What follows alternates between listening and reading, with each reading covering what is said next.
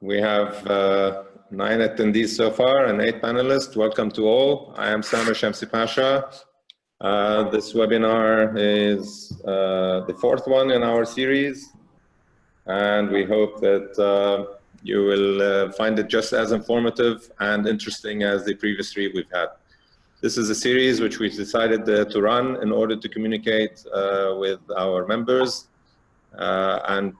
We find it a very beneficial way to present or highlight certain stories which are important and relevant to SIBA and its members. The way we're going to run it today is that I will make an introduction. We have with us 3 panelists other than the SIBA board members.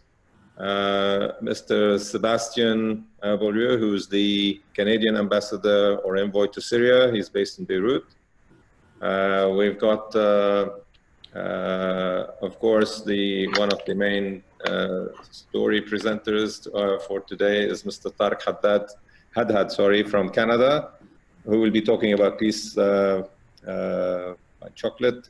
And also we are joined by Jonathan Keijser, who is a filmmaker who's interested in turning that story into a film.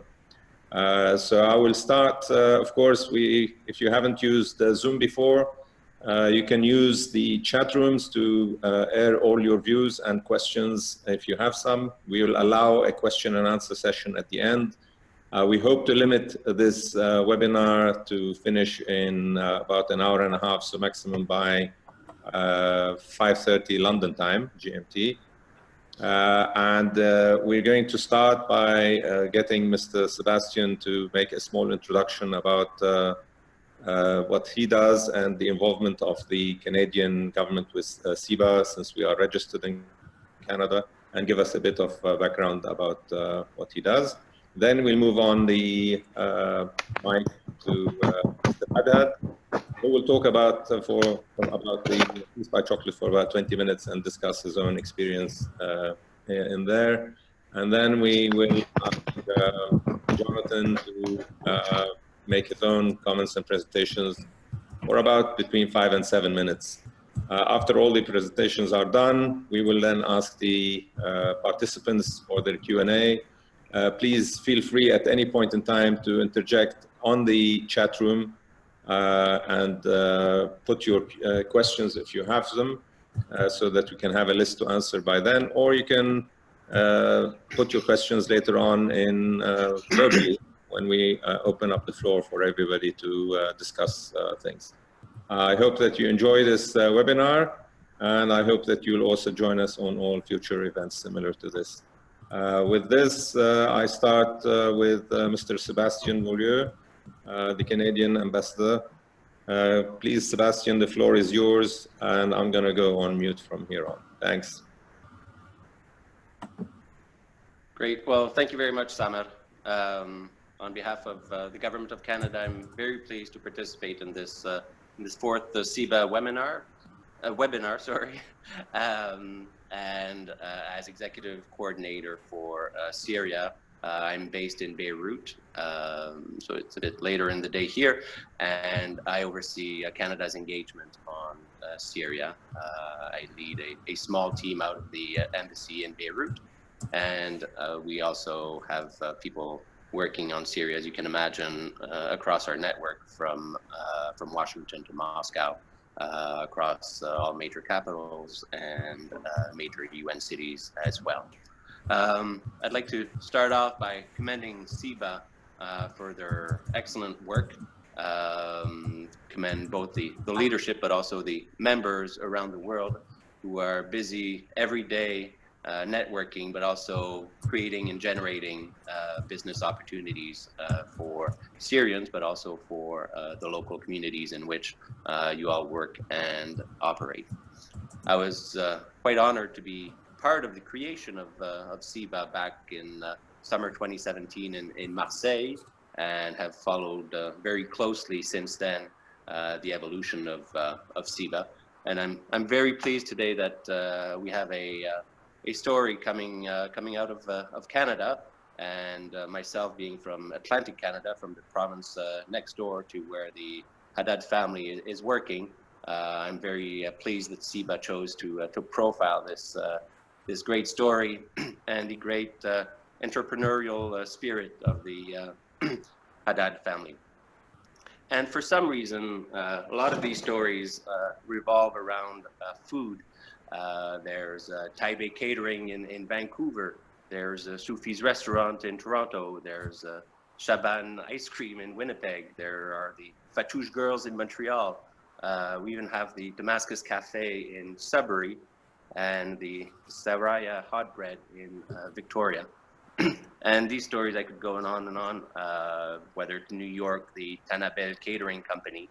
But it's not just about food either.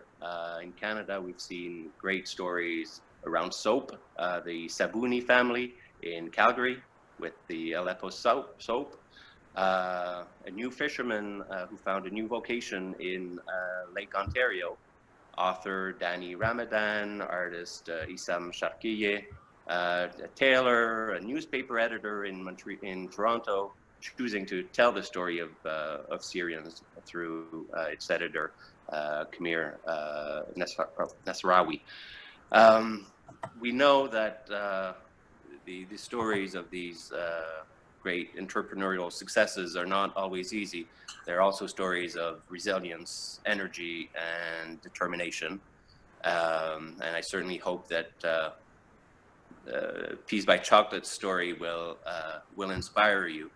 And as a diplomat, I can only thank the Hadahd family and hope that one day we'll have an additional tool in our diplomatic toolbox to be able to arrive at peace by chocolate.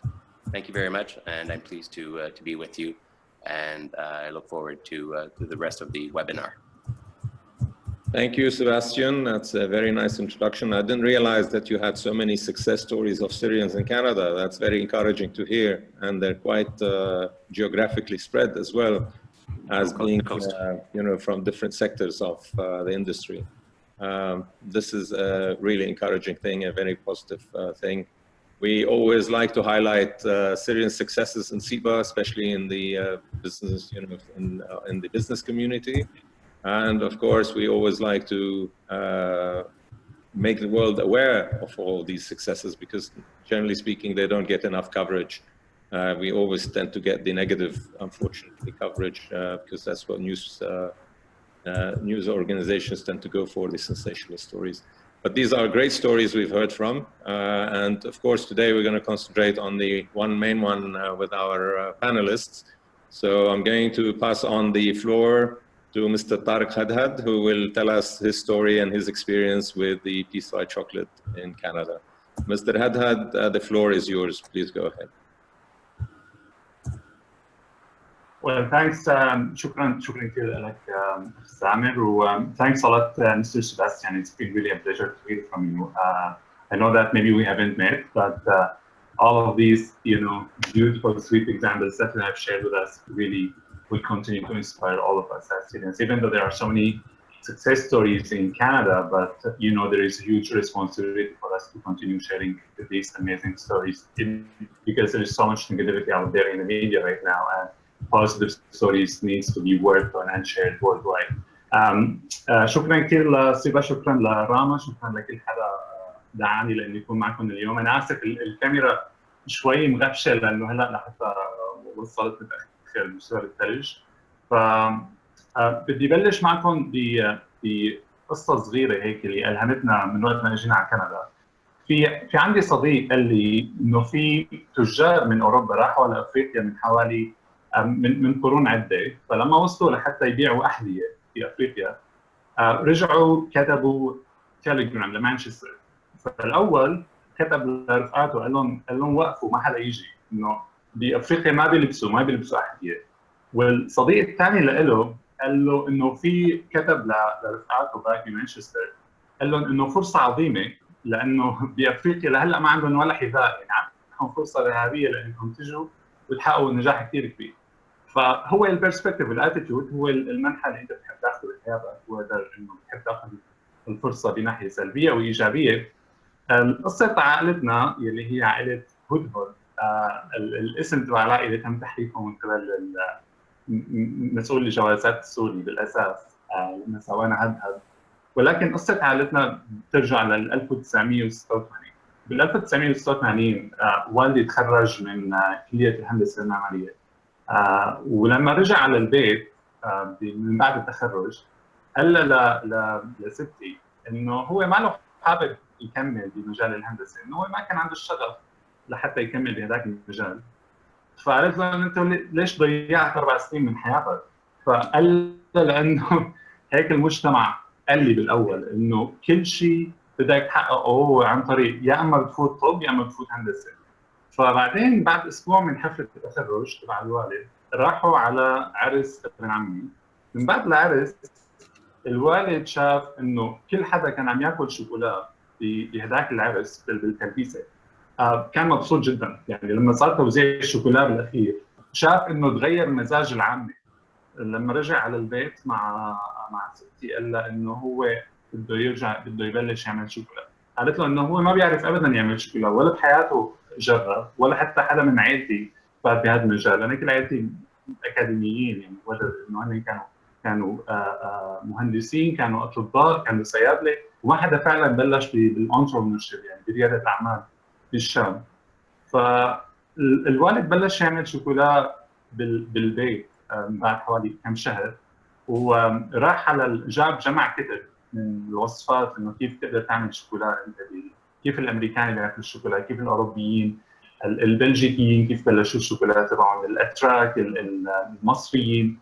وبعدين اخترع هيك شغله كثير ظريفه يلي صارت الامباسادورشيب، صارت فعلا السفير تبع العائله تبعنا بالشام. انه هو لما كل حدا كان يشوفه كان يحبه.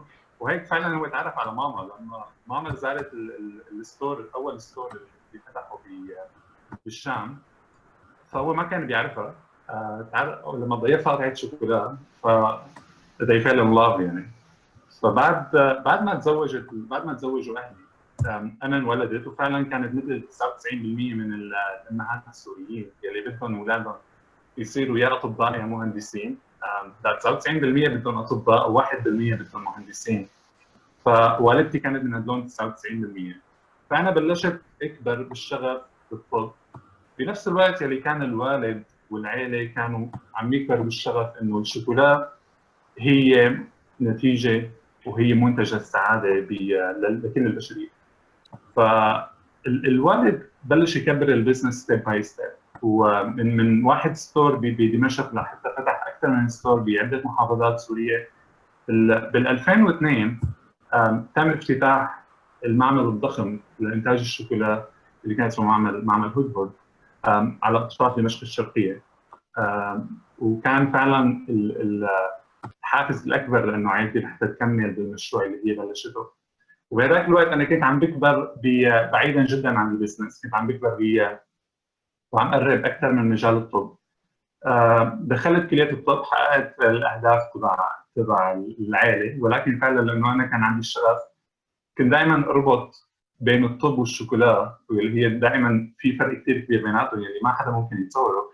انه الشوكولا هي تسعى دائما لسعاده البشريه، وبنفس الوقت الطب اللي هو بيحاول تخفيف الآلام للبشريه. فلما انا كنت عم بدخل الطب وبعدين العائله بلشت تكبر البزنس وبلشت تصدر للبنان، لتركيا، بلشنا نصدر للكويت، حتى للسويد، حتى لالمانيا، حتى لبلجيكا، حتى كنا نصدر لبلجيكا اللي هي السوس تبع الشوكلا. فحققت كثير نجاح ضخم الشركه اللي كنا نعملها، واستلمنا وكالات عده لشركات ضخمه لانتاج الشوكولا بالشام. اللي كنا نحاول دائما نستلهم منه هو نموذج الحياه اللي كنا عايشينه بالشام، اللي هو انه كل العائله كل العائله كانت ساكنه بمبنى واحد. فحوالي 50 شخص من عائلتي كنا دائما نجتمع على الويكند. كل يوم سبت كان دائما عندنا اجتماع على العشاء، وما كان حدا عنده اي فرصه لحتى يقدم اي عذر لانه يفوت هذاك الاجتماع مع العائله. او حتى ستي كانت دائما تخبرنا انه اللي بيمرر الاجتماع من دون ما يخبرني 6 شهور قبل خلص هو رح تتبرى منه من العائله يعني.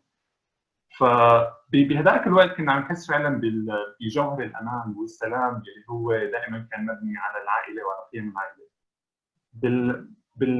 لما بلشت الحرب بسوريا بال 2012 لما وصلت الشبكات على دمشق، صار في عده احداث بهذاك الوقت اللي فعلا اثرت على عائلتي بشكل كثير كبير.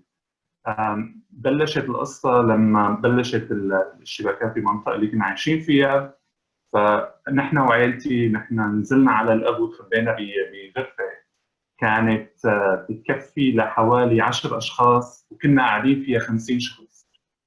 نزلنا معنا شويه اكل ودواء، ولكن ما كنا عارفين فعلا انه قديش الشبكات تطور. ضلينا قاعدين بهديك الغرفه حوالي 5 ايام وما حدا قدر يطلع لفوق لانه كان في قناصين حوالي المبنى. باليوم السادس انا قلت لهم لاهلي انه نحن ما انولدنا لحتى نموت بالابو، انه نحن كان عندي انا هدف اسمى بالحياه، انه انا بدي اكمل الشغف اللي انا بلشته اللي هو بالطب. الوالد كان عنده شغف كثير كبير انه يكمل بالبزنس اللي هو بلشه حتى يصير امبراطوريه شوكلا بالشرق الاوسط. ولكن بهذاك اليوم انا كنت عم فكر انه شو الفرق انه انا اموت بالابو تبع المبنى او انه اموت على الطريق. انه اموت على الطريق هو شيء انبل بكثير، لانه على هذاك الاساس كنت حاولت اني اعيش. بعدين طلعنا بالسياره وكل العائله بعدين طلعت بالسياره.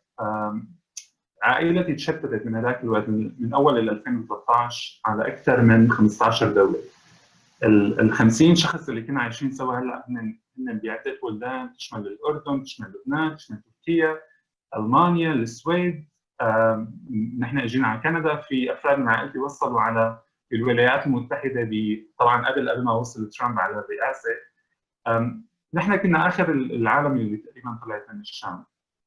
والسبب اللي كنا عم نقوله انه ما حدا كان انولد لحتى يغادر موطنه. نحن كلياتنا كنا كبشر نحن انخلقنا لحتى نعيش في المجتمع اللي نحن ربينا فيه ونبلش نبني علاقات من اول ما انخلقنا.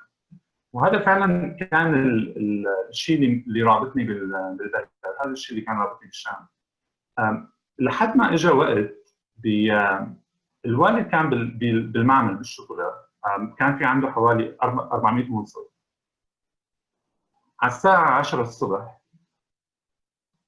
انا قلت له لازم تطلع.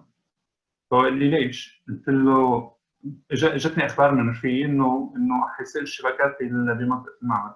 انا كنت مفكر الشبكات عاديه، ولكن طلع الموضوع كثير اكثر من هيك. الموظفين كلياتهم غادروا، الوالد ضل الاخير.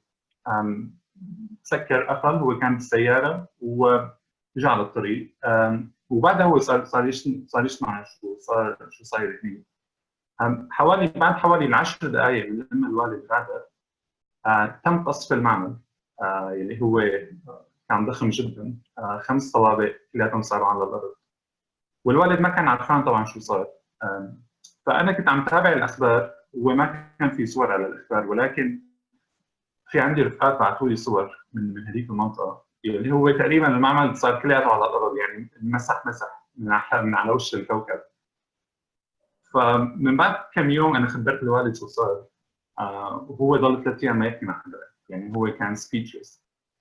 كل شيء كان يقوله انه خلص كل شيء راح، يعني شو عاد نفع انه نرجع نبني ونرجع نبلش حياتنا من اول وجديد. فالعائله فعلا كانت عايشه حاله من اليأس. ولكن بهذاك الوقت كمان قررنا انه نبقى بالشام، لحد ما انا واخي كنا بداون تاون دماسكس بالبرانكه. بهذاك الوقت بآذار جنبي انا واخي صار في انفجار ضخم. فماما كانت على البلكون عم تصرخ لنا، وفعلا ما كان شايفنا هي لانه كان في كثير غبره بالهواء. فتنا على البيت، وانا بهذاك الوقت قلت لهم العيله انه خلص نحن ما لازم نضل بالبلد، انه نحن ما انخلقنا فعلا لحتى نموت في حرب. هي ما لها حرب. وبالاساس انه هذاك الوقت نحن we don't want to do business, we don't want to do medicine, it's time to survive. يعني احنا بس انه بدنا ننفض وبدنا نطلع من البلد، لانه اذا متنا حنصير ارقام على شاشات الاخبار اللي انتم ما بتسمعوا اسماء، ما حدا بيذكر اسماء ال 100 شخص اللي يعني يموتوا كل يوم مثلا كانوا بسوريا، كانوا يقولوا لك 100 شخص ماتوا ولكن للاسف ما حدا كان يسمع اسمائهم. فانا قررت انه ليش لحتى نحن نكون ارقام على شاشات التلفزيون لانه بامكاننا انه نحن نطلع من البلد. طلعنا وصلنا على لبنان، وبلبنان تم تسجيلنا كلاجئين اول ما وصلنا بالتسميه اللي انا طبعا ما بحبها ابدا، لانه باي وقت انت بيذكروك انك انت لاجئ او بالرقم تبع شهاده UNHCR اللي بيعطوك اياها، هي بتخبرك انه انت مين، يعني انت لا عبد سوري وانت مالك لبناني لانه هن ما رح يعطوك الجنسيه بالاخير. فانت صرت احد ارقام منظمه الامم المتحده اللي رح يصيروا دائما يفاوضوا عليك، انه بين الريسيتلمنت وبين السبورت وبرينج سبسيديز. فانا كنت عم حاول اول ما بلشت على لبنان انه يا اما عندي خيارين، يا اما برجع على الشام مع اهلي يا اما بنطلع لبرا من لبنان. انا تطوعت مع عده منظمات اغاثيه، كان من ضمنهم منظمه الامم المتحده، كنت بشتغل PR مع ال WHO. فتحولت من اني كضحيه لهذاك الظرف اللي كنا عايشينه بلبنان لعضو فاعل بالمجتمع اللي كنت ساعد اللاجئين السوريين الموجودين بلبنان، لحد ما اجتنا الفرصه الذهبيه لانه نطلع على كندا. انا قدمت على منحه لاني اطلع كمل مجال الطب وكفي بالجراحه القلبيه، ولكن ما انقبلت بالمنحه. السفاره الكنديه تواصلت معي باذار 2015، قالت لي انه انت ملفك رائع، يعني انا قدمت الابلكيشن سهلت عليها كثير، فدعوا معي عائلتي انه نطلع على كندا. هذا من اذار 2015، وبلشنا نتعلم الصبر وقتها، لانه بايام الحكومه الكنديه القديمه ايام ستيفن هاربر والكونسرفاتيفز it was very hard for اي عائله سوريه انه هن ياخذوا الفيزا بشكل سهل. فضلينا بوقتها 6 شهور وناطرين، يعني كان عندنا امل كنا نفقد الامل، كان عندنا امل كنا نفقد الامل، لحد ما اجى نوفمبر بال 2015 فاجاني اتصال انه صار وقت الانترفيوز. عملنا انترفيوز مع الكونسل. لما عملنا الانترفيوز انا ما حددت طبعا وين بدي اجي، كنت كل شيء اعرفه عن كندا هي انه the second largest country in the world، انه هي ثاني اكبر بلد بالعالم، وكنت كل شيء بعرفه منها اللي هي الMTV اللي هي مونتريال تورونتو اند فانكوفر. فوصلت على كندا انا قبل عائلتي، وصلت في حوالي 18 ديسمبر بال 2015 وما كنت عارفان فعلا وين رايح.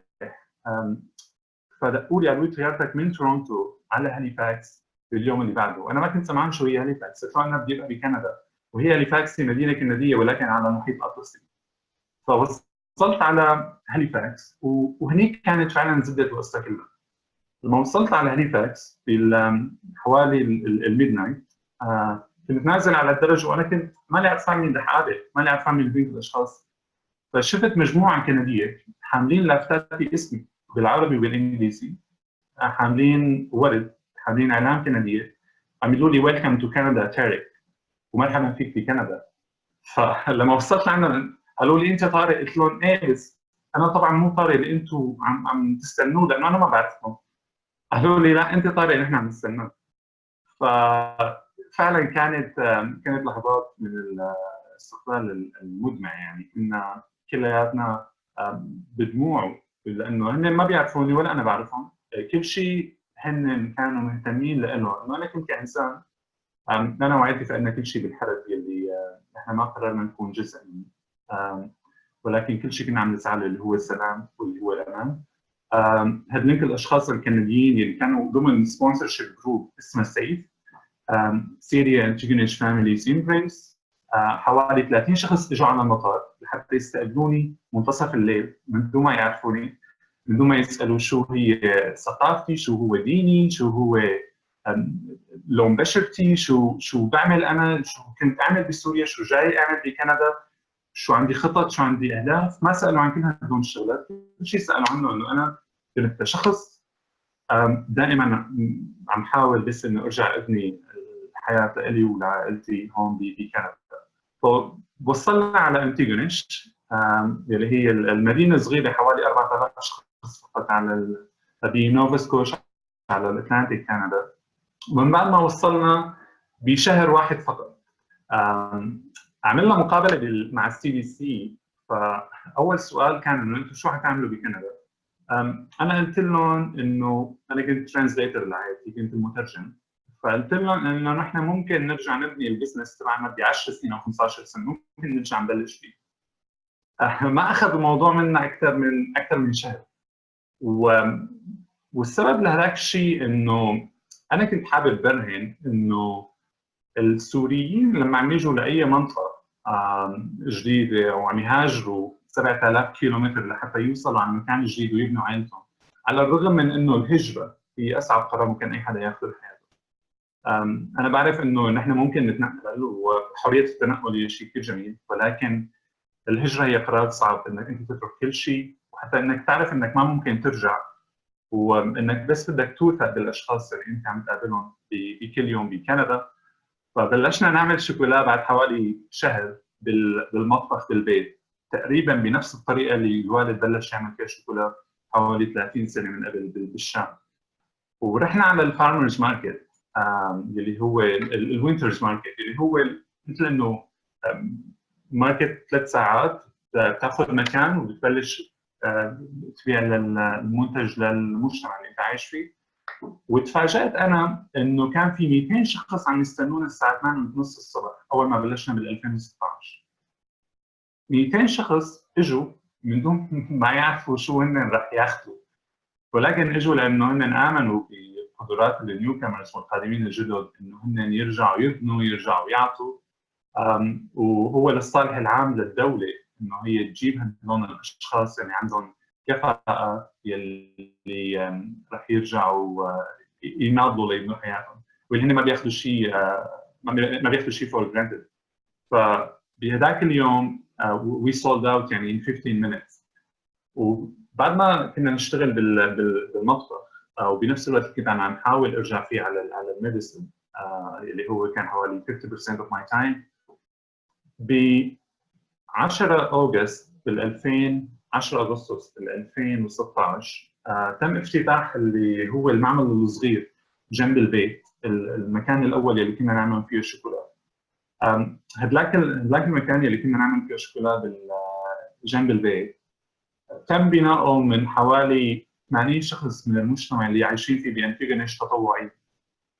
80 شخص من المجتمع اللي هو اسمه أنتيغونيش اجوا لعنا، اللي كانوا هن نجارين، كانوا بزنس كونسلرز اللي هن كانوا مهندسين، كل حدا ممكن يساعد. كانوا يتطوعوا بعد ما يخلصوا الشيفت تبعهم على 6 مثلا، كانوا يجوا لعنا لحتى يساعدونا انه احنا نبني السمول فاكتوري اللي هو حوالي 16 فيت باي 12 فيت، يعني انه كثير صغير. فبلشنا نعمل شوكولا هنيك، عملنا الافتتاح. كنت انا محاول دائما اني لاقي اسم للشركه اللي هو بيعكس الرساله اللي نحن ليش العائله فعلا اجت على كندا وشو عم نعمل هون. بسوريا اذا بتسالني بال 2010 انه انت رح تكون بكندا هلا بهاليفاكس، انا عم بحكي معكم هلا عن التجربه كلها، رح اقول لك انه مستحيل، هذا حلم، يعني انه مستحيل هيك يصير بال 2010 اذا بتسالني. لانه كنا اخذين فكره انه السلام اللي هو فعلا الهيومن البيسك هيومن رايت، انه انت تعيش بامان لحتى ترجع تبني عائلتك، لحتى ترجع تاخذ education، لحتى تحصل تعليمك، لحتى تبني، لحتى تتزوج، لحتى تاسس عائله. كنا اخذينه فور جرانتد. لما جيت على كندا كان في نفس الفكره اللي كان الديسكشنز والنقاشات اللي كانت بين الكنديين، انه we were born يعني انه with these basics، يعني we can't lose them. انه الاساسات الحياه انه انت يكون عندك غذاء بكفيك لحتى لاخر الشهر، يكون عندك accessibility وسهوله الوصول للرعايه الصحيه، حتى يكون عندك تكون عايش بسلام وتعرف انك ترجع لبيتك المساء. هذا كان الكنديين اخذوه فور جرانتد. فانا كنت عم اقول لهم انه نحن نفس الشيء صار بال 2010، خسرنا المعنى. فنحن عم نبني حياتنا هلا بكندا، فانا ما بدي نرجع نخسر حياتنا الجديده اللي بنعملها بكندا. سمينا الشوكولا بيس باي تشارتر، اللي هي شوكولا من اجل السلام، لانه فعلا انا كنت احس انه السلام هو من انبل القيم يلي اي شخص لازم يناضل كرمالها. والشوكولا اللي هي منتج السعاده اللي العائله تبعنا بلشته التراديشن، يعني صار من تقاليد عائلته من حوالي 30 سنه. وصلنا بيناتهم بطريقه كثير لطيفه. هو بنفس الوقت كنت عم حاول دائما اني اكون مختلف، يعني لما كنت عم فوت بمجال رياده الاعمال كنت دائما عم فكر انه مع العائله اللي هلا كلياتهم منخرطين بالبزنس، الوالد اللي هو الشوكلا، ماما واختي هلا هن الستور مانجر مدراء الفرع تبع بيس باي شوكليت في نوفا سكوشيا، وانا السي اي او تبع الكومباني واللي عم حاول انه سوبرفايزنج كل شيء بمجال الشركه. الفكره والقفزه اللي حصلت وما كنا متوقعينها ب 20 ايلول 2016. كنت قاعد على الاخبار انا عم ترجمها للعائله على السي بي سي نيوز، فبيطلع رئيس الوزراء الكندي جاستن ترودو اللي بيكون عم يحكي بخطاب قدام باراك اوباما، قدام انجيلا ميركل، قدام كل رؤساء العالم باليونايتد نيشن ريفيوجي سميت اللي كانت في نيويورك. فكنت عم ترجم الاخبار، انا ما كنت عارف شو بده يصير. بعد 5 دقائق من لما الرئيس الوزراء بلش يحكي، صار يحكي عنا، صار يحكي عن عائله هدهد. فانا قلت لهم لعائلتي انه بس ستوب، بس انه كم دقيقه لحتى انه افهم شو عم يصير. بهذاك الخطاب رئيس الوزراء الكندي كان عم يقول لهم انه عائله هدهد اجت على كندا بعد ما خسرت كل شيء بسوريا بسبونسرشيب، بتمويل مجتمعي فقط، يعني انه الحكومه ما كان لها علاقه بشيء. بعد كم شهر بلشوا البزنس تبعهم، بعد ما صار حرايق بفورت ماكموري، صار في حرايق بالغرب الكندي، فنحن اطلقنا حمله لجمع التبرعات، والتبرع بارباحنا بشهر ايار 2016 لمنظمات الإغاثة الكنديه لحتى نقول لهم انه نحن بنعرف فعلا قديش صعب انك انت تخسر كل شيء بلحظه وانت ما تكون متوقع. فرئيس الوزراء الكندي كان عم يحكي لباراك اوباما وكان عم يحكي لانجيلا ميركل، وكان عم يقول لهم انه هاي العائله وصلت وهلا هي عم تبني حالها من اول وجديد، و this is only one example of many. وبالاخير كان عم يقول لهم انه the company is called Peace by Chocolate، اسم الشركه هي شوكولا من اجل السلام، وروحوا شوفوها على الفيسبوك. فبهذاك الوقت انت بتشوف باراك اوباما كان قاعد بنيويورك وكان عم يشوف الفيسبوك بيج تبعنا.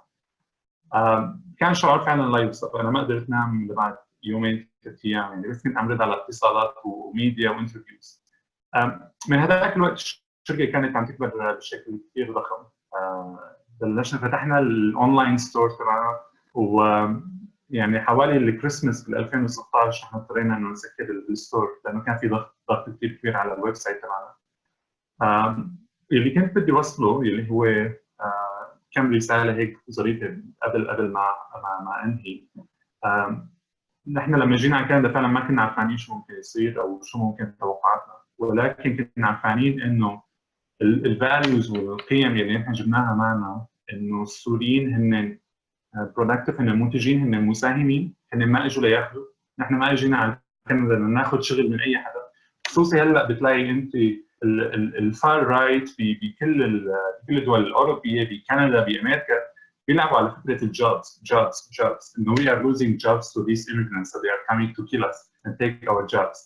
So it's very strange to just think about it.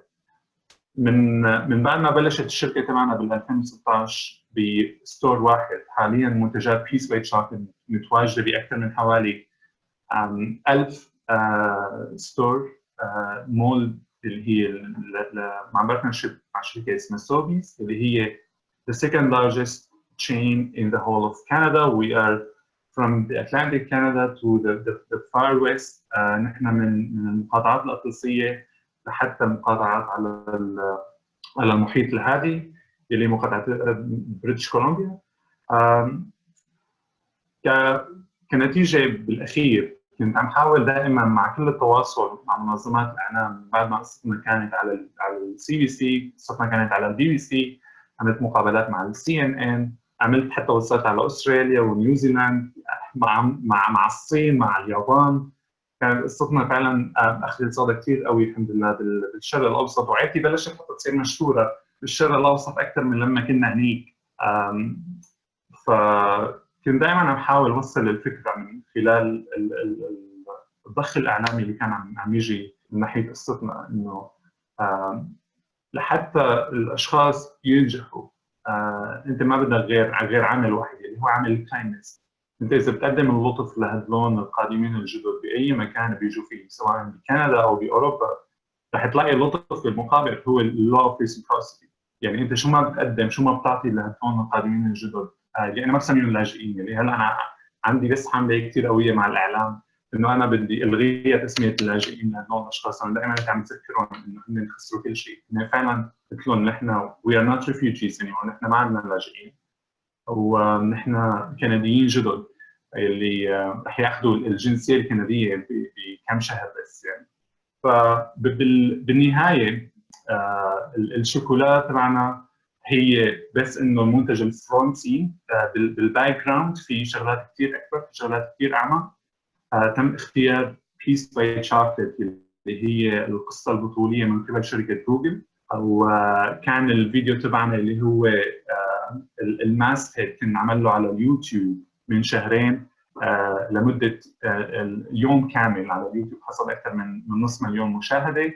القصه تبعنا ذكرت اكثر من مره بالامم المتحده، بالبرلمان الكندي، حتى من بعد ما رئيس الوزراء حكى عنا تلقينا زياره كثير لطيفه من رئيس الوزراء الكندي، وكنا دائما عم نحاول فعلا نعطي الوجه المشرق للجاليه السوريه، لانه احنا فعلا بنآمن انه اي شخص هلا منا ببلاد الغربه وكل المستمعين هلا وين ما كانوا، فكل شخص منا هو سفير بالنسبه للاشخاص اللي حواليه. اي شيء ممكن يعمله، هو ما ممكن انه نحمل مسؤوليه خطا شخص واحد لكل الاشخاص، ولكن قصه نجاح واحده ممكن تلهم ملايين الاشخاص حوالين العالم. فانا كنت كثير سعيد بالتحدث معكم، واذا في اي اسئله فانا مستعد اني اجاوبكم. شكرا كثير.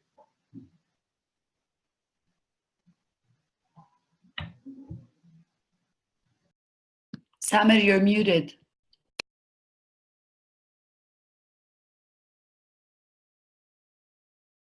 Thank you very much, Tarek. It's a fascinating story by any measure of the imagination. It is really fantastic, starting from escaping the war in Syria, through your journey to Canada, through all the experiences you went through, and setting up the factory from a very, very small start to the success that you have achieved today.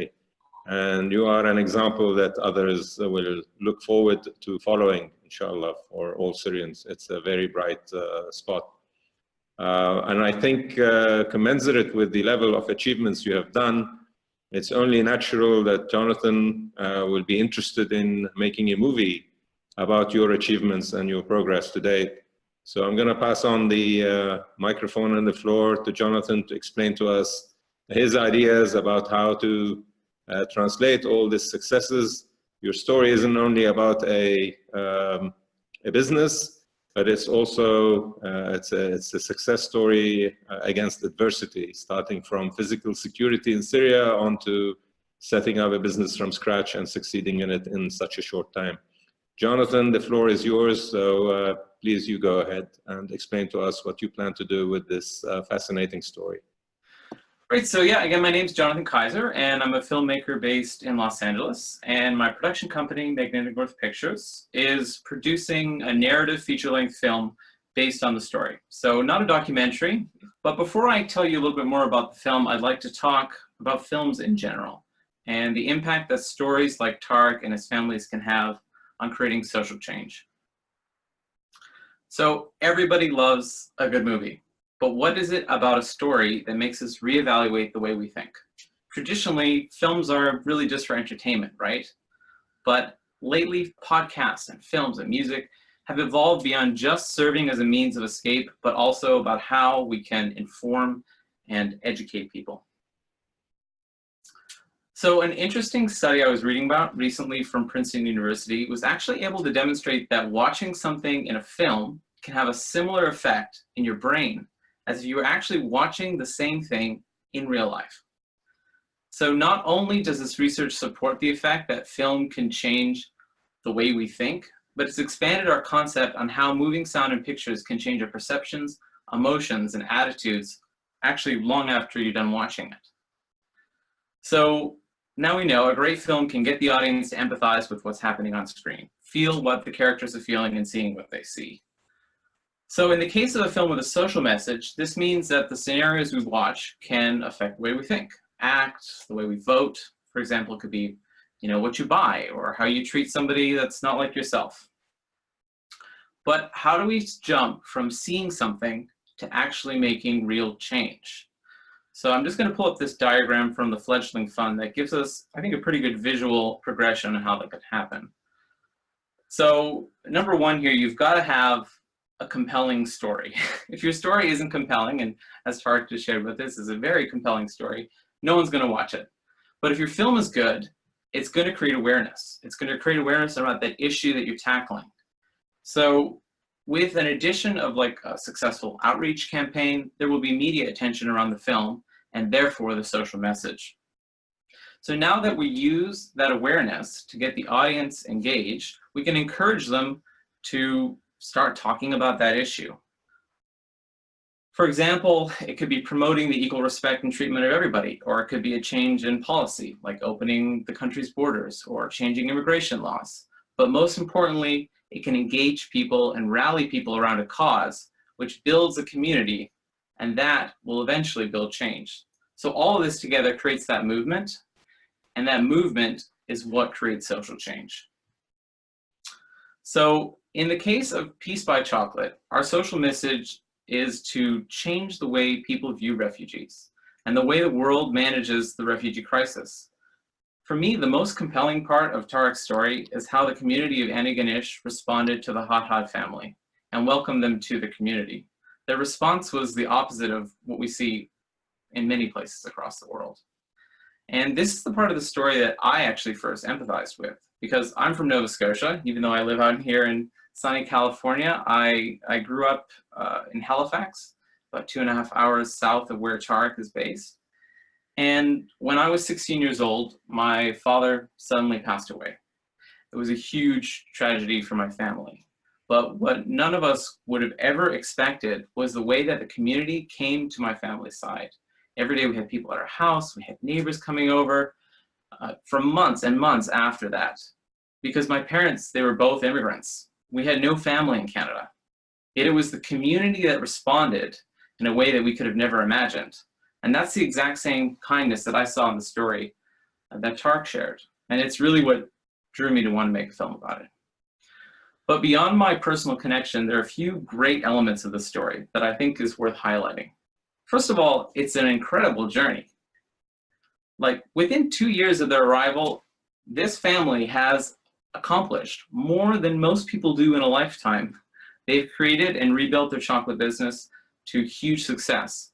But more than a business, they've become an international symbol of peace. The story is a story of hope. So much of what we see and read about refugees is incredibly depressing. And it's not that those stories don't have value, it's just hard to get an audience motivated to do something without a message of hope. Watching an important film, it shouldn't be like feeding a child vegetables. It's gotta be fun. It's gotta lift up the audience's spirits, and it's gotta project what's possible in the world rather than highlighting everything that's wrong with it. And the story, it focuses on an unrepresented culture. I think that's a huge asset. You know, our world is such a diverse place, but the media we watch is not. As internet distribution becomes mainstream, people want to see stories they can relate with. There are over 1.5 billion people of the Muslim faith, but do 1 in 5 films you see feature Muslim characters? Obviously not. It would be a very different world. Who doesn't love chocolate? I think that's an important thing to highlight, because it doesn't matter what side you're on in a debate, we can all get behind chocolate. It's a great conversation starter. And it's something that's lighthearted, but it can be used to tackle a difficult subject. You know, most people, they're not going to sit down on a Saturday and watch a hard-hitting film about refugees, but they might watch an uplifting film about a town and a family who rebuilt their chocolate factory. But why now, right? This film it's vital to making sure that Syrian newcomers to Canada and the rest of the world don't have to suffer through the same type of discrimination that many other ethnicities have faced throughout history. It's stories like these that will inspire people to think a little bit differently when they meet somebody who's not like themselves. You know, there are enough existing narratives of fear in a very divided world. But the international media sensation that Tareq's story has gathered, it's evidence that immigrant success stories of love, inclusion, and hope, that's exactly what we need. And it's exactly what the film exemplifies. It's a story that will continue to inspire people years beyond its release. You know, it's not just a story about what happened to one family, but it's a story about what's possible. Thank you very much, Jonathan. I'm going to open up the session to Q&A. So if any of our panelists or participants would like to ask any questions, you can do so either by raising your hand and we can have, you can put your question orally, or you can use the window, the chat window, to send the question in writing. And it can either be in Arabic or in English. Thanks. So who would like to start?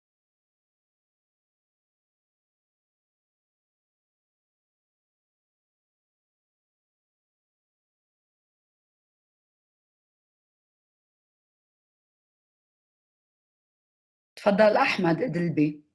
مرحبا. أهلين. What is better, in English or Arabic? It depends who you're asking the question to. We can translate to Sebastian and Jonathan. أول شيء يعطيكم العافية، وصديقي طارق منور طبعا. لو كانت مغبشة العدسة. كثير سعيد اللي كنت عم بسمعه اليوم. عفوا آسف. كنا دائما نسمع طارق طبعا بالإنجليزي عم يحكي قصته، وطبعا طارق هو أحد الأمثلة اللي نحن دائما بنفتخر فيها. ومثل ما بنقول بدوبارة هن الإليت تبع المجتمع تبعنا، اللي هن فعلا بحاجة نحن نشوفهم أكثر ونحاول إنه ندعمهم بأي طريقة أو بأخرى. سؤالي لطارق هو إنه كيف ممكن يعني طارق كان بيتحلى وما يزال بطريقة ذكية كيف إنه هو عم يقدر يروج لفكرة السوري أو رائد الأعمال السوري اللي فعلاً بيقدر يخلق من المشكلة حل. فكيف سؤالي لطارق ممكن إنه يوماً من الأيام تقدر تستفاد من تجربتك لحتى تقدر تصدرها للمجتمع السوري؟ يعني هلا صارت هو هذا عبء ثاني لإلك، عرفت شو الفكرة؟ كيف ممكن نقدر نستفاد من هي التجربة لحتى نقدر فعلاً ناخذ مثل رول موديل نساعد فيها السوريين الثانيين اللي فعلا عندهم اشياء كثير حلوه بمجتمعاتهم، ان كان بكندا فعليا وغير كندا يعني، ويقدروا يساعدوا حالهم، يقدروا يكبروا، يقدروا فعلا يعملوا شيء واضح. وطبعا الخطوات اللي انت كنت عم تعملها كانت فعلا مدروسه، وانت بتعرف يعني انا بعرف طارق من وقت ما كان بلبنان، هذاك الشخص الطموح يلي ما له غريب ابدا علي اليوم وقت ما بشوفه ان شاء الله اليوم وبكره محقق نجاح ونجاحات افضل. فبدك تقول لي، لانه هذا موضوع مهم بالنسبه لي، كيف ممكن تصدر تجربتك؟ تفضل طارق. اولا شكرا حبيبي احمد. فعلا سعيد جدا انك انت كنت عم تسمع القصه بالعربي، لانه ما لي بالعاده اني اشارك القصه حتى بالعربي، فلقيتها صعبه علي شوي حتى ما في كلمات ما قدرت اقولها حتى بالعربي. بالنسبه لرياده الاعمال اللي هو المجال اللي انا كنت بعيد عنه جدا، انا ما لي علاقه برياده الاعمال، ولا ما لي علاقه بالبزنس، ما درست بزنس بحياتي. كل شيء اللي هلا عم باخذه هو عن طريق التجربه، عن طريق الادفايس، عن طريق النصيحه، عن طريق المنتورشيب، عن طريق فعلا الكلوز سيركل اوف ادفايزرز اللي هن شبكه كثير ضيقه من مستشارين، من الناصحين، من اللي عندهم خبره بالبزنس كونسلنج بنوفا سكوشا وحتى بكل كندا.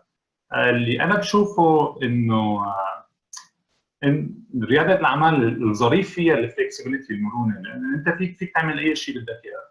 لما ما بلشنا نحن انا بصراحه ما كنت عارفان شو اللي هو مستقبل بيس باي شوكليت. بس انا بلشت القصه معي من لما وصلت على المطار بتورونتو. لما وصلت على المطار بتورونتو بال 2015 وقابلت الجفرنر جنرال اللي كان بالمطار.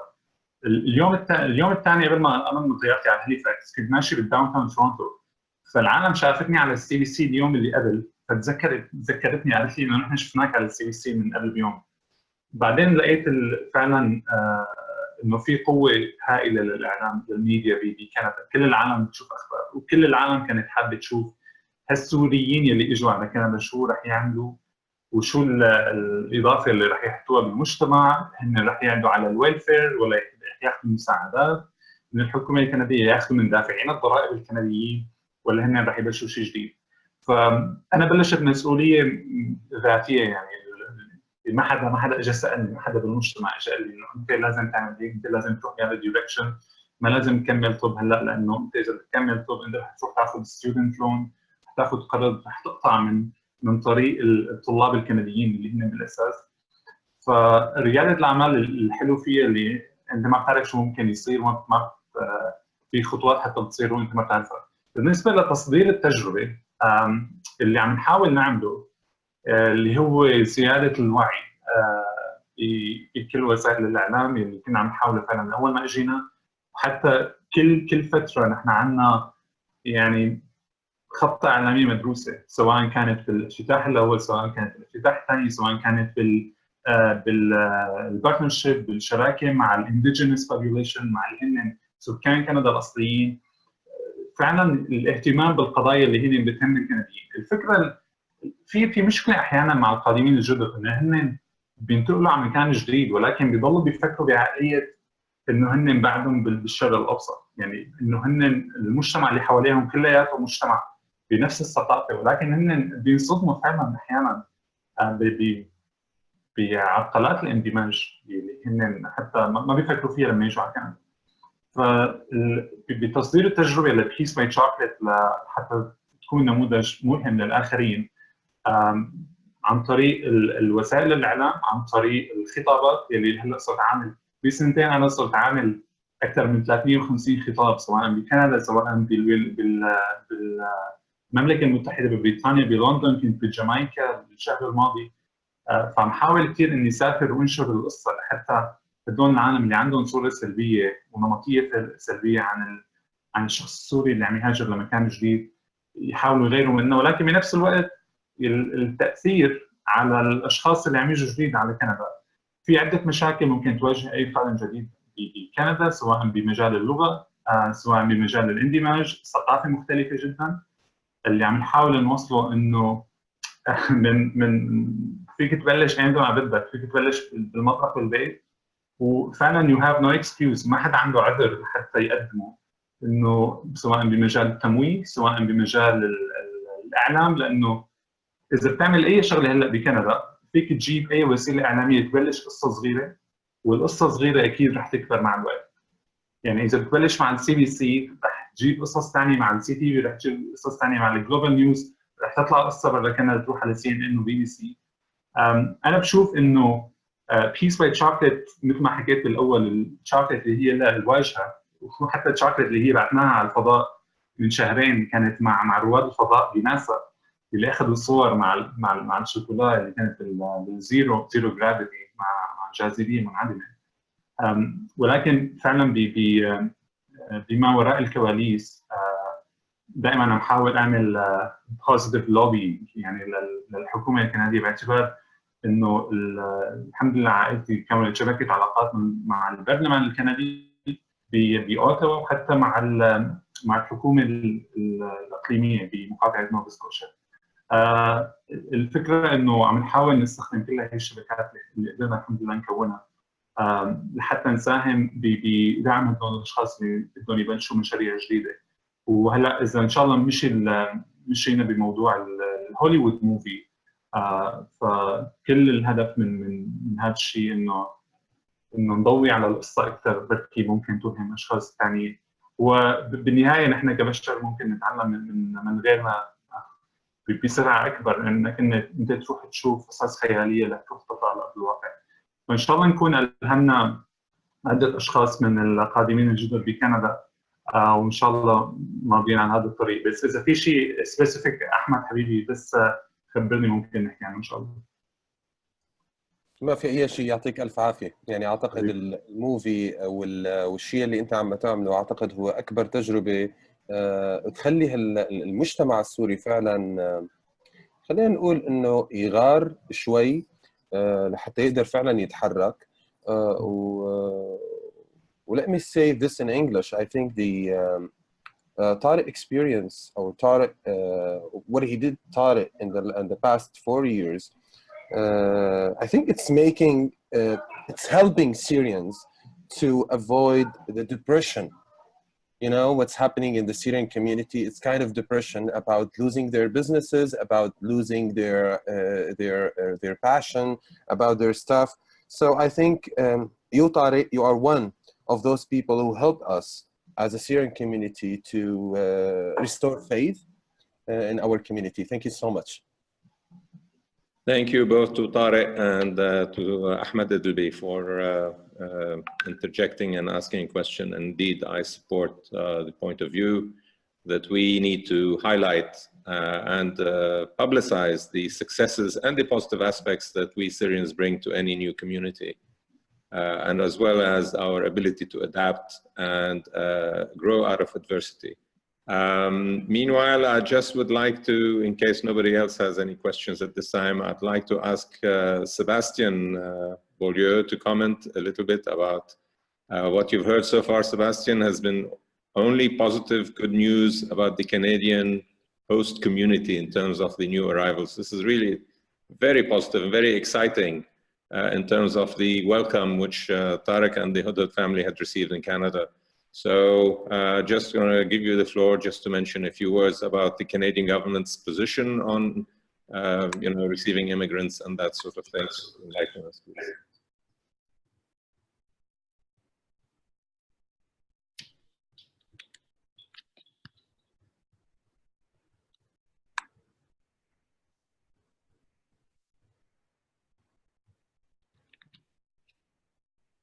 Do we need to allow Sebastian to use? Yeah, there you go.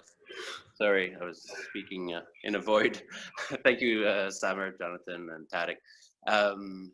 A lot of what we're doing from a Canadian government perspective and from the foreign affairs perspective in particular is helping Canadians understand what's happening in Syria, but also what's happening with the Syrian newcomers to Canada. So today's conversation, but also the stories and the projects that we've been discussing for the past hour or so are key to helping Canadians understand the journey of newcomers to Canada, but also newcomers to whatever country they may relocate to, and whether they're Syrian or from other areas around the globe.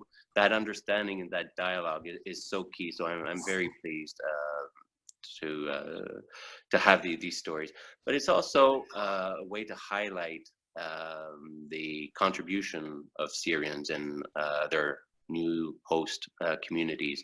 And again, this is Jonathan alluded very politely to various narratives. I'll second that in a diplomatic fashion.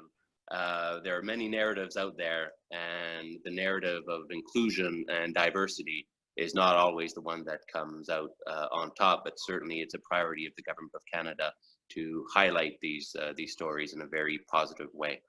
Now, we heard a lot of good things about Canada, but I'd also like to underscore that it's not always easy in communities, whether it's in Canada or elsewhere. It's great to have these stories of hope, and I think one of the people who intervened highlighted how we needed those stories of hope, because the day-to-day story of newcomers to Canada is not an easy one. And it's great to be able to count on these successes to have hope and to bring that hope forward in people's everyday life. And perhaps I'll just add that from a communications perspective, we try to profile these stories on our own social media whether it's on Twitter and Facebook, Canada, Syria, or Canada in Syria for our Facebook address. You'll see regularly some of these stories profiled, and we've been pleased in the past to highlight the story of Peace by Chocolate. So again, thank you everyone, and thank you to SIBA for bringing us together around this story. Thank you. Shukran. Thank you, Sebastian. Thank you for the intervention here and explaining a little bit of the background from the Canadian government's point of view. I'm going to ask Mr. Mohammed Al-Zaybak, who is our supervisory board member in SIBA, to join us now just to give a bit of comments. I believe he is very interested in the stories you have just told us, both to Tariq and Jonathan, and I will invite him to have his own comments on it, please. Thank you very much. Thank you. I'm so sorry I missed the first part of this wonderful webinar, and I would like to just tell everyone from here, from my perspective in Canada, how proud we are as Syrian Canadians, listening to and hearing the success story of Tariq and his family that made us all very proud and made Canada very proud of the right decision that was made a few years ago to open Canada's doors to Syrian refugees to come here and settle as permanent resident and potential citizens. So congratulations to Tariq. I know Tariq has been in the news for the past 2 years, and he's now, in addition to his success and his family's success, re-establishing their business in Canada, combined with a great brand that suits Canadians and Canada, are really embraced by their story, and their family have been embraced by Canadians from all walks of life. And this is something that we need to hear more about, and we need to publicize, and we need to be proud of. I think there are many other success stories that have not taken as much publicity, but I think it would be great to have all of those stories come to the public attention, so that the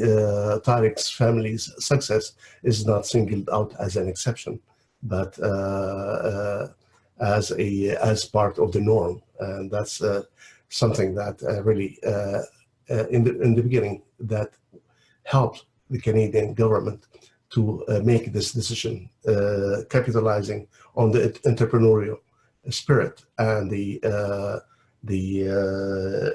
resilience and the determination of Syrian around the world to open their doors, so that they don't become a burden on the Canadian economy and community, but become a valuable asset. And that's very well demonstrated. So those are my comments. I would ask Tariq and Jonathan to connect with me as well, since I have been, in addition to being involved in SIBA,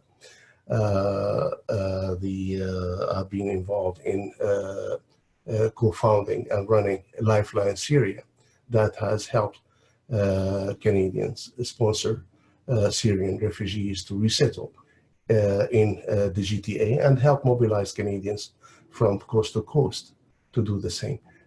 So Lifeline Syria is just for your information, and information of people on the panel and the participating in this forum, have helped sponsoring 1,200 Syrian refugees. 1,000, more than 1,000 of them have already arrived and settled nicely in the GTA, in the Greater Toronto area. So I welcome your call, and hope we can work together towards that as well. Thank you. Thank you very much, Mr. Mohammed Al-Zaybak. Of course, Mr. Mohammed is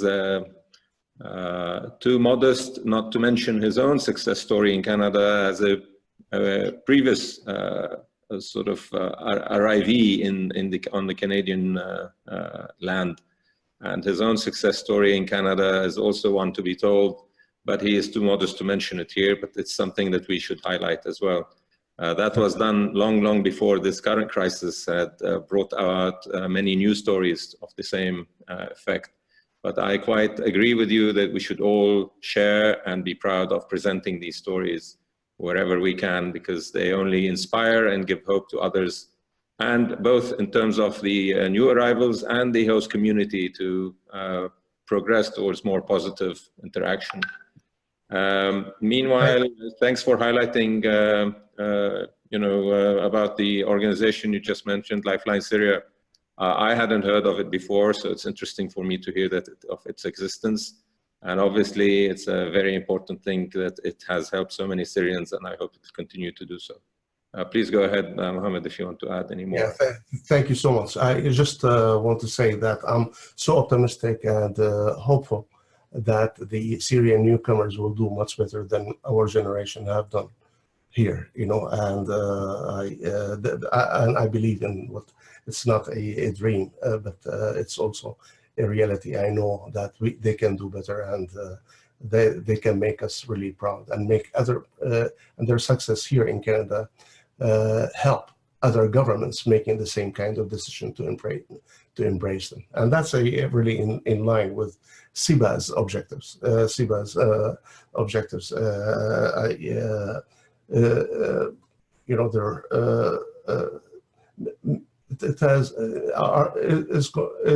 consists of many folds. Let me say, one of them is turning the Syrian refugees in host countries from a burden and liability to an asset to the local economies and communities, as well as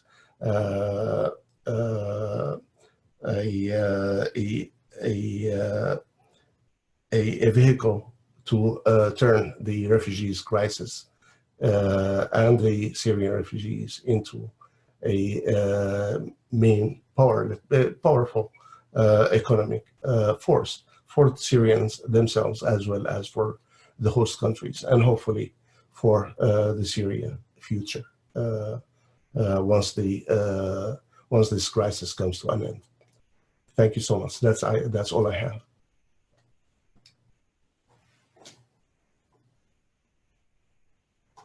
I can't hear you, Samir.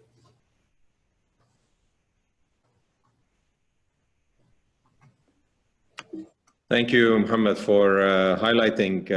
You stole my thunder in terms of saying what I wanted to mention about SIBA, that one of our main objectives is exactly what we're doing, to highlight these success stories and to help the newcomers integrate, as well as helping the host countries to assimilate these newcomers and help them adjust and become successful citizens in their own right. I think we have exhausted the time permitted for us. We still have about 3 minutes left of our original time. If anybody else would like to make any comment, please either raise your hand or just let me know. If nothing else, I would thank everybody else who joined us. Rama, is there anything you'd like to add? Any of the other panelists? Please go ahead and just jump in. Thank you. Just like everyone to make recommendations for future webinars. إنه يا ريت من الجميع اللي موجودين إنه إذا بيحبوا يقترحوا علينا قصص تانية مثل قصة السيد طارق هدهد. شكرا كثير لك طارق إنه كنت معنا. Well, thank you, Jonathan, for being with us, and as well as Mr. Sebastian for joining us and addressing our community.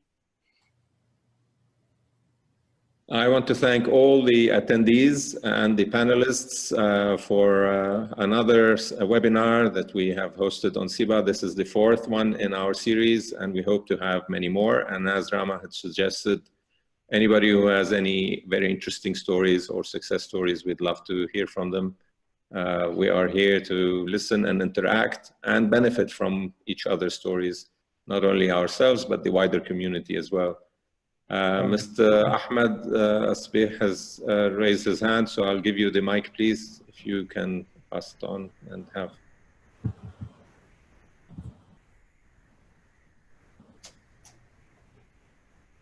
Go ahead, please. You have to unmute your mic.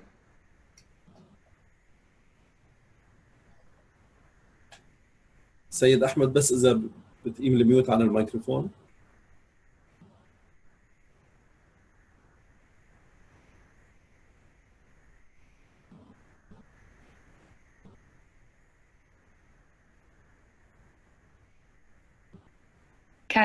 I guess he just had a suggestion for a movie, but his connection seemed to have dropped. So maybe he can communicate with us offline. I sent the email link. Okay, yes, I see that we have lost the connection. He's dropped off. So I will call this meeting to a close, this webinar. Thank you all for joining us, and I hope to see you on our next webinar. To طارق, thank you very much for sharing your life story with us and your development. Jonathan, thanks for sharing your project and what you hope to achieve, and we hope we'll be able to help in making you reach that objective. And for all the other SIBA members and other attendees, thank you very much for being with us. Again, Sebastian, thank you for joining. Muhammad, it's good to hear you always, and we will keep in touch. Anybody else would like to comment, please go ahead. Otherwise, we will finish the webinar at this time. This is Sebastian here. Just perhaps one final comment linking this this webinar to international headlines. Today's conversation, I think, is a perfect example of the kind of fuel and positive elements that stand behind the international efforts at arriving at a global compact on migration that will be launched early this week in Marrakesh, and Canada will be pleased with Minister Hussein to be part of it. And I think that the Syrian story in Canada has certainly been a motivating factor for Canada's engagement on this file. Thank you. Thank you, Sebastian. That's a very important point you raise here. And whichever way we can help or assist, please let us know, because I think we would like to propagate this story as far and wide as we can. Mr. Zeba, any other comment, last comment you'd like to add? No, thank you so much. I think the fact is that the Syrian refugees story and the fact that Canada has welcomed over the past 2 years about 60,000 Syrians as landed immigrants is something that we are really grateful for. Canadians from all walks of life have mobilized to support Syrian refugees. I think this represents a proud moment in the history of Canada. It's a new proud chapter that helped the evolution of the Canadian national identity, and this is something that would be remembered for many years to come. And I want to thank Sebastian and for his support from the beginning over the past few years, and extend also my gratitude to the Canadian government, the minister, and the prime minister for what they have done. I think I hope that they can do more. I believe Canada has the capacity to do more, and I hope they can do more, and that doing more is really encouraged by highlighting such kind of success story. Thank you, Samir and Rama, for organizing this, and look forward to working more closely with you and other Syrian newcomers to achieve SIBA's objectives. Thank you.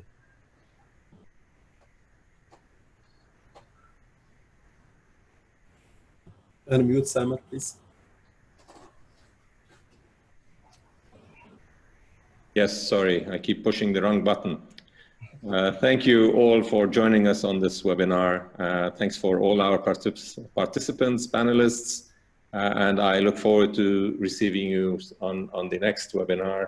And good luck, Tariq, with your you know, piece by chocolate, even though it's already reached the, has it gone to the space station yet, or is it only with NASA?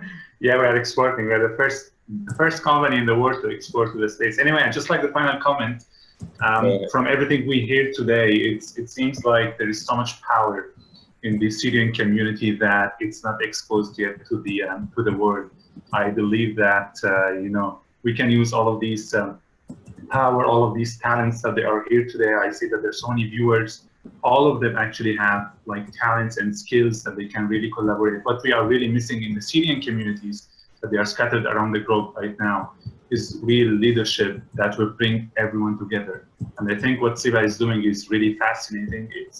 It's impressive, and we certainly should keep this job. The final note is about the Hollywood movie that is really like the base of this discussion today with Jonathan.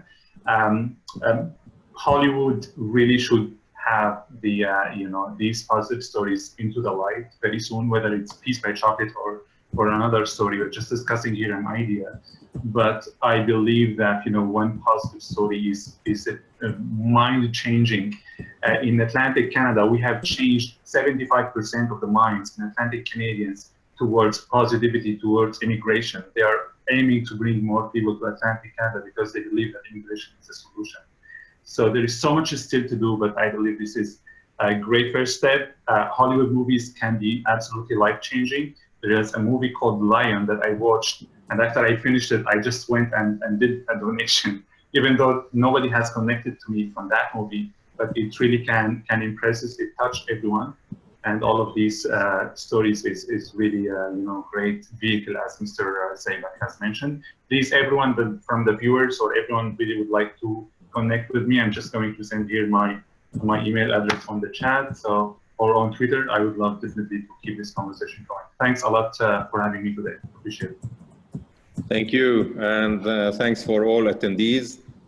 You can always follow probably a link to the story about this webinar on our website, www.siba.world.